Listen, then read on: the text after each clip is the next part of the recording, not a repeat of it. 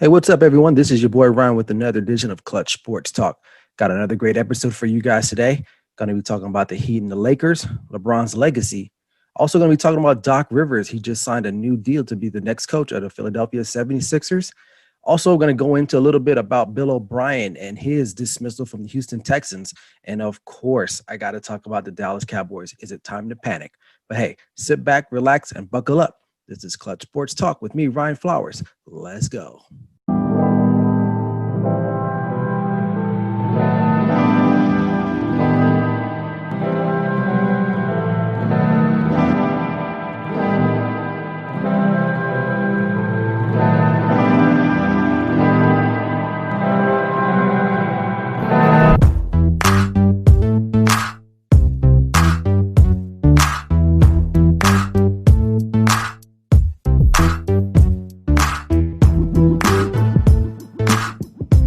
Welcome in, everybody, man. It's great to bring another edition for you guys. It's Wednesday. Happy hump day. We got a lot to get into, so I'm just going to get straight into it. First, I got to talk about the NBA Finals. That's going on right now. It's almost, hopefully, should be soon here. Hopefully, the Lakers will wrap it up. But Lakers just went up 3-1 against the Heat. It was a tough game. The Lakers had to put it away at the last minute, or towards the end of the game. Anthony Davis, a couple key shots and a block. I got to give the Heat credit. They're down. They're missing a few guys, or they were missing a few guys. Jimmy Butler is doing all right, pretty good. Bam Adebayo, obviously, he's one of the most improved players in the NBA this season that you can see. But the Lakers just seem like they're just too much with AD and LeBron. I don't think that the Lakers are going to lose the series. I called the game in 6. I still think the Heat does have some fight left in them, but I don't think it's going to be enough for them to actually overtake the Lakers to win this series. The Lakers just got too much, and their bench is contributing very well, which a lot of people are hating on the bench, even myself included. I got them a little bit wrong. I wasn't impressed with Danny Green, KCP, guys like that. I was been a fan of Caruso. I thought that maybe he can, step up a little bit, and he's shown the ability to do that.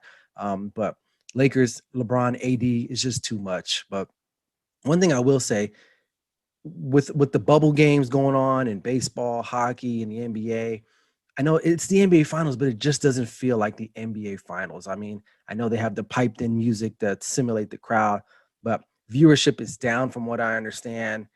From game 1 of the finals all the way to game 3, the numbers are dropping steadily. And I guess the game the other night on Sunday, I can get there was a dip in numbers because they're competing with the NFL and Sunday Night Football. But mind you, it's the NBA Finals versus a game against the Niners and the Philadelphia Eagles. So NFL still is NFL just reigns supreme overall, period. But back to the Lakers up 3-1. I think they'll get it done tomorrow night. Even though I predicted the game in 6, I wouldn't be surprised if the Heat actually, make it a game and maybe sneak one out. But I think it's in the end, it's just too much. And, the Heat have a very bright future ahead of them. And I know we're talking because I know I'm talking like the Lakers are automatically going to do it, but I've seen LeBron do it. He's come back down 3-1 before. It's an incredible task. It's tough to do.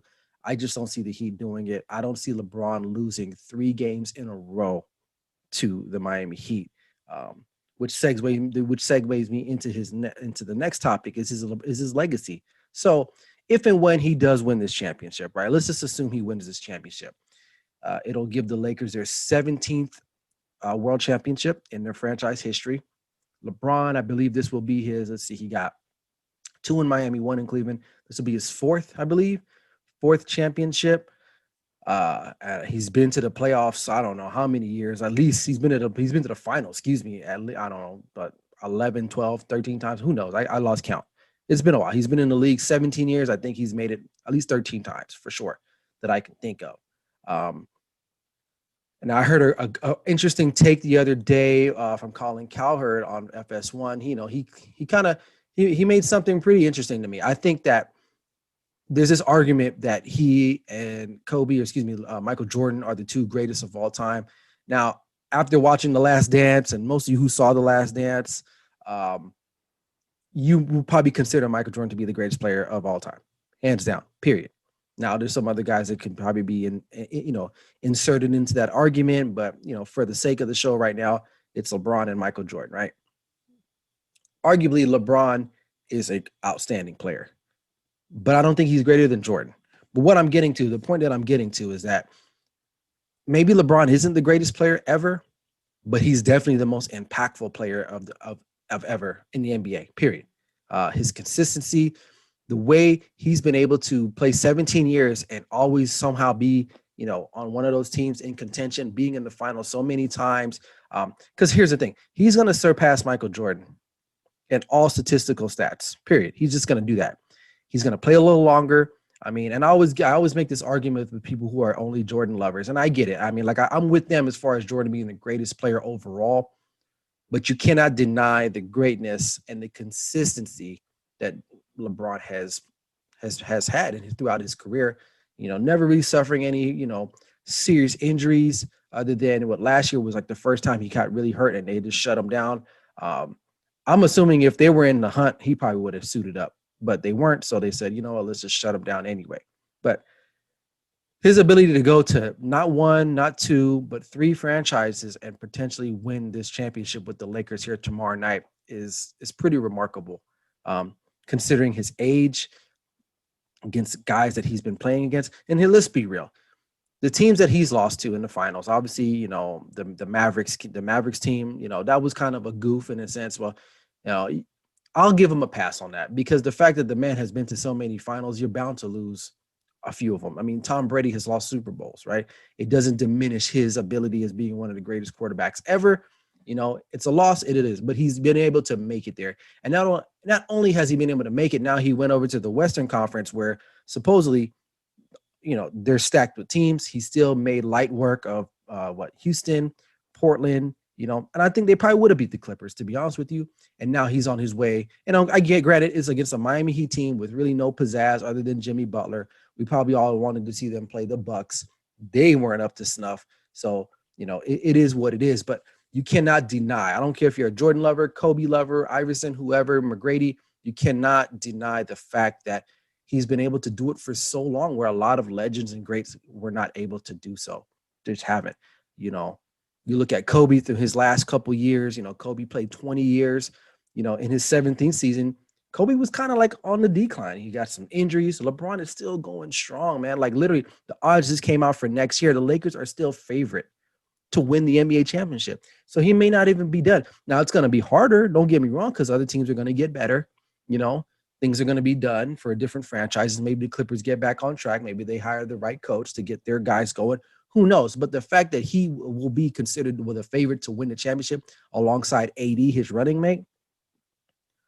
And who knows? Maybe the Lakers pick up a piece or two. Who knows? We don't know what the offseason holds, but you cannot deny the fact of his legacy of what being the greatest impactful player of all time.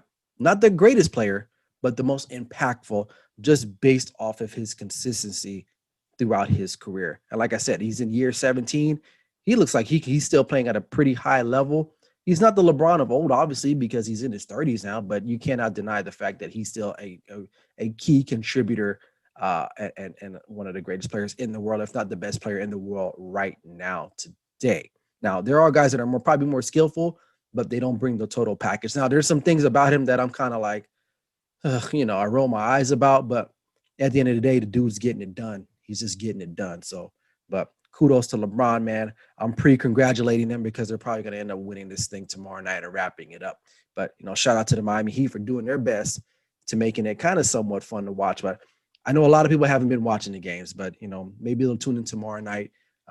It's Thursday night football, but who knows? Maybe somebody might, few viewers might turn on the Laker game and see them be crowned the champions of the 2019-2020 season. Yeah, but anyway, moving along. So Doc Rivers was on my last episode around the time I aired that show. He was recently dismissed from the Clippers. I guess it was a mutual. I don't know what it was, but he's no longer the Clippers head coach. Now, I gave him credit for some of the things that he was able to do. He brought Lob City. He was able to help get Kawhi and Paul George over, helping the Clippers, propel themselves into at least the second best team in the West, arguably probably the best team in the West, arguably probably should have been the NBA champions.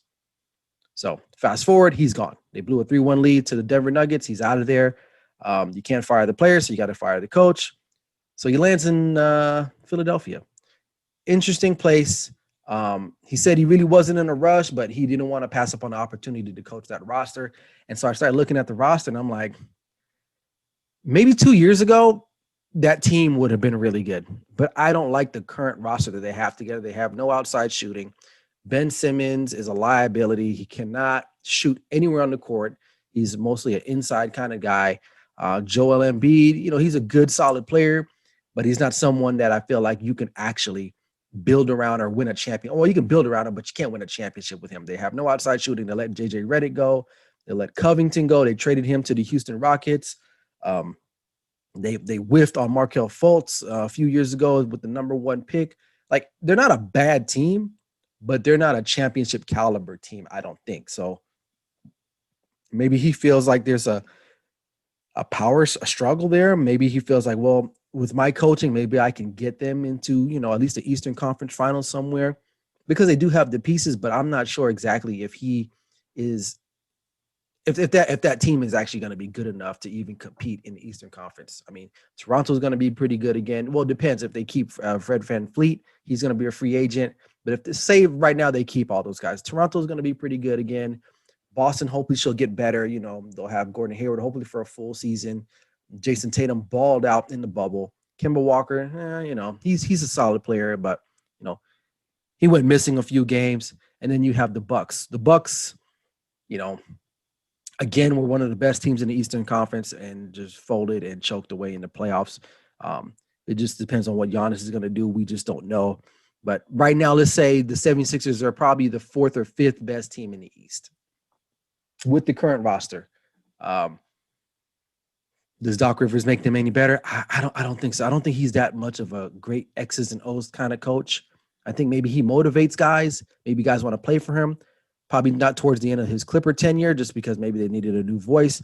But maybe with a young, Ben Simmons, a young Joel Embiid, maybe he can kind of get the ship righted there and get them on their way. But I don't know if that roster is going to be good enough. And I think Elton Brand needs to be held accountable for some of the moves that he made, basically deconstructing a really solid team. I mean, like 2 years ago, we were all talking about Philly and how they were going to do and what the future holds for them. And after, they just they traded some guys away, they let some guys walk, and now you're just left with Ben Simmons and Joel Embiid. From what I understand, maybe aren't the best, teammates with each other. And they let Jimmy Butler go for nothing, really. I mean, he was a free agent, but they just let him go. So, and then you're paying guys like Tobias Harris, who is a good player, but he's not worth the money that he's getting. You're paying him as as a guy, that dude, and he's not that dude. I mean, it explains why he's been on so many teams in the last 6-7 years. So maybe Doc will get in there, but I just don't know. I really don't know. You guys let me know what you think. Yeah, we'll just have to wait and see until next season.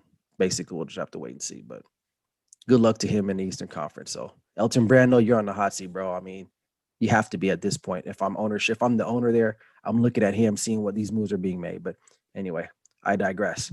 Moving over, we're going to switch lanes to the NFL. Recently, Bill O'Brien was dismissed from the Houston Texans job. He was the GM and the head coach, and he sucked at both. Period. He had a solid team. They had some good teams during his tenure there. I think he had a winning percentage. I think he was like maybe 3 or 4 games above 500, 2-4 in the playoffs. And he's known really for trading away DeAndre Hopkins for nothing, literally nothing, for a water bottle and a jugs machine. That's what they traded DeAndre Hopkins for. They got David Johnson, but it's still not working out. Apparently, towards the end of his tenure here, he was getting into heated arguments with some of the players. Probably players lost confidence in him, especially his quarterback. When you traded away your best wide receiver and you have a young quarterback, who is he going to throw to? Maybe they thought they traded him to get David Johnson. They can run the ball more effectively, but it's not working out, so they had to let him go. He's yet again another Bill Belichick disciple to go out onto his own, venture out, and basically fail. Now, I will give him credit. He's one of the longest tenured ones that lasted very long. He lasted a while, probably longer than what he probably should have lasted. So kudos to him for doing that, but he'll get a job somewhere else. I'm not saying he's a terrible coach. He's just probably not a head coach and a GM at the same time. He probably took a pay. He probably went to the school of Doc Rivers. You can't do both, man. It's very hard. It's very rare that guys can be the GM and the coach. Jimmy Johnson's like one of the only guys that I know that can handle the GM duties and be the head coach. Because what he was able to do with the Cowboys from the early 90s to construct that team, and thinking about how many Hall of Famers he's drafted or traded or signed, like it's tremendous. So not a lot of guys can do it, but Bill O'Brien was sure wasn't one of the guys that could do it. And now he's out of a job. He's out of a job. You never want to see anyone lose their job, whether it's a professional coach, athlete. I mean, it is what it is, but uh, he'll get a chance. He'll get a chance. Maybe he goes back to college, maybe a college team will take another chance on him. He did coach Penn State for 1 year. I wouldn't say he resurrected that program, but he did. They were kind of like in a funk. They were in sanctions, the whole paternal thing going on there. He was able to kind of keep them even keel until James Franklin took over from them after he left to go to the Texans. So maybe he goes back to college. Who knows? Or he'll just go back to New England and be on the staff of Bill Belichick, like what most of them do. So who knows? But Bill Belichick definitely, he's the dude, and a lot of his guys aren't the dude. So, but he still got a few guys out there like Brian Flores in Miami, Matt Patricia still in Detroit. He's not looking good as well. So the word is not out on Brian Flores yet, but Bill O'Brien definitely had to go. I know you Texans fans are excited for him to see him out of there. But the damage is already done, So I feel bad for Deshaun Watson. He just signed that extension, so it just is what it is. We'll just have to wait and see what's going to happen with the Houston Texans moving forward, especially with their quarterback. But just shaking my head. But so I'm going to stay in Texas. I'm going to go a little bit north.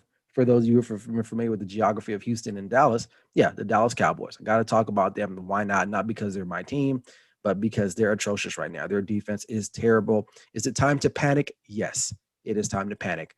Really, we should be 0-4. That one game against the Falcons, man, it was a miracle. It shouldn't even be counted, to be honest with you. The Cowboys should be 0-4. And Jerry Jones doesn't seem like he's that concerned one bit. He still feels like there's talent on the defense, which is, that's not up for debate, but I feel like the effort. Now, there are a few problems that I see already, on the Dallas Cowboys is that, one, a lot of guys got paid and now they're not playing. Jalen Smith got paid in the offseason, not doing anything. DeMarcus Lawrence got paid the year before. Now he's supposedly battling a knee injury, not playing up to par, cussing out people on social media. He's not playing up to par. So, those two guys right there who just recently got paid. Amari Cooper, he got paid. He's kind of balling out. I mean, but given the fact that they're throwing 1 million times a game down because they're down so much, I mean, I won't put a lot of blame on him. The only thing I will say about the offense is that they're turning the ball over way too much, and it's not helping your defense, which already sucks to begin with. That game against the Cleveland Browns, Dak has to strip fumble. Zeke comes back. I think the next drive, he fumbles the ball. They both result in touchdowns. Your defense is not that great. Your offense could score, but why do the Cowboys always have to start so slow and then finish with a flurry at the end? And they almost pulled off that game, but their defense, to me, is the biggest problem on this team. I don't know if it's coaching. Mike Nolan, here's another thing. So here's a little tidbit that you don't know about Mike Nolan. He gave Mike McCarthy a chance. I believe when Mike Nolan was the head coach in San Francisco for the 49ers. So it leads a lot of people to believe, even myself, that McCarthy's basically giving Mike Nolan the buddy hookup. You ever in a position to hire someone and your friend needed a job and you're like, hey man, I got you. Don't worry about it. Mike Nolan has pretty much been irrelevant. I was very nervous at the fact that when they did sign him on, because prior to that, I think he was the linebackers coach for the New Orleans Saints. But before that, he had been a coordinator in the NFL for quite some time. A lot of his stuff is outdated. I don't see him making any types of corrections or strategic, game planning for a lot of these games. They're basically just rolling out there, getting their heads kicked in, going at halftime, no adjustments made, and they come back out and do the same thing. So the Cowboys have a lot going on. I mean, it really starts with the owner. I like Jerry from the standpoint, he is a great owner when it comes to business acumen. But when it comes to X's and O's, he needs to hire someone who he can trust. And the guys that he was able to do that, who would kind of push back on him, he ended up firing him. Jimmy Johnson, obviously they were college teammates. Jimmy Johnson ends up taking the job there in Dallas. They win a Super Bowl. He constructs this whole team because Jimmy Johnson is a football mind. Bill Parcells comes in. They didn't win a lot with Bill Parcells, but he did kind of turn the franchise around. He did draft guys like Jason Witten, DeMarcus Ware, Tony Romo, and probably some other guys that I don't, off the top of my head. But they are alpha males. Not to say that Mike McCarthy's not an alpha male, but these guys like Jimmy Johnson and Bill Parcells, they are not yes men. They are not gonna just say, "Oh yes, yes sir." And I think Jerry is still on that. He wants people. That's why he let Jason Garrett last so long there. Mike McCarthy, I'm not saying Mike McCarthy is a yes man, but Mike McCarthy was unemployed and he needed a job. He wanted to get back in the league. He saw the Cowboys. He's like, "Oh, I can take that job. I just got to deal with the owner a little bit." And maybe right now, you look at Aaron Rodgers right now, and without Mike McCarthy, I think he's like 16-2 or some crazy number like that. So now it's starting to look like maybe was this the best hire? I don't know. I mean, only time will tell. But I will say the Cowboys still look the same, undisciplined, starting slow all the time, having just not a very good football team. And he hires his buddy and Mike Nolan when they had other guys probably in house. I mean, they had a guy there. What's his name? I forgot his name, but he is now the defensive coordinator for the Colts. He had been in Dallas for like 3 or 4 years, right? They don't even look at him. They let him go. Now the Colts got probably the best defense in the league right now, stat-wise. So who knows? And Dallas is like 32nd or 31st overall total defense. It's terrible. And yes, as a Cowboys fan, I'm panicking. Do I feel like we need to go get Earl Thomas? I don't know. I don't know if that helps at all, but we got to do something. I think a lot of it too just has to boil down to heart. And a lot of these guys that got paid, they don't care anymore. And it shows on the field, Tackling, these guys have been tackling since they've probably been playing Pop Warner. That's an effort thing. Guys missing tackles, guys not playing through the whistle, missed assignments, blown coverages. It's just terrible all over. And me being a Cowboys fan from the early 90s, man, it's very hard to watch this team now perform. And I feel bad for Dak because in the end, he's the one that gets screwed because when he comes up to negotiations, he's probably going to be the top passing quarterback in the NFL. But a lot of that's going to be garbage time. He's become the next Matthew Stafford so far, where he's padding his stats based on the fact because they're down 58 points by halftime. So they got to throw. Last week, he threw 58 times. 58 times. That's a lot. And they only gave Zeke the ball about 12 times. Now, the offensive line is banged up. There's a plethora of problems going on in Dallas right now. They're just not the team that a lot of people picked to probably come out of the NFC. I had high regards on them. They probably will still win the division, I think, maybe. But Philadelphia, I think, is just a better team. Even though they got a lot of injuries, something about that team, they got a lot of dog in them. They're not going to give up. The Cowboys, sometimes they just give up on games, and I'm not with that. So we'll just have to wait and see. And that's my thing today. We just have to wait and see what's going to happen. But they're 1-3. They should be 0-4. It's not looking good down there in Dallas. It really isn't. They're going to have to get together and have that come to Jesus moment and talk some stuff out because it's not working. So, hey, I'm still going to cheer for them. That's my team. I don't have their hat on today, as you can see, because I'm repping the Dodgers today. But I always got my Cowboys gear somewhere. So I still got it up in the back of me. You see that chair over there, whatever I'm pointing, it's Dallas everywhere we go. But I don't know. I'm just looking forward to seeing what they're going to do this next week. But other than that, damn Cowboys breaking my damn heart. But anyway, man, hey, that's all I got for today, guys. I appreciate you guys for coming back in. You guys can catch me always on YouTube. Go ahead, search Clutch Sports Talk.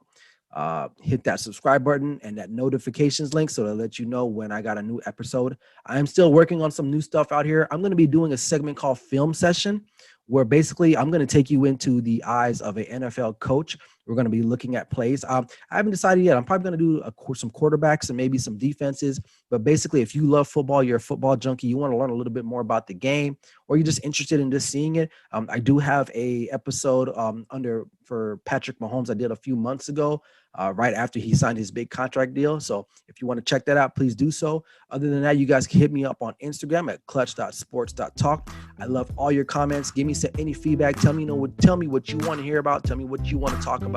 I'm down for all opinions. It's all love. I appreciate it all. But until next time, everybody, this is Clutch Sports Talk. Ryan Flowers. Never settle till the work is done. Let's go.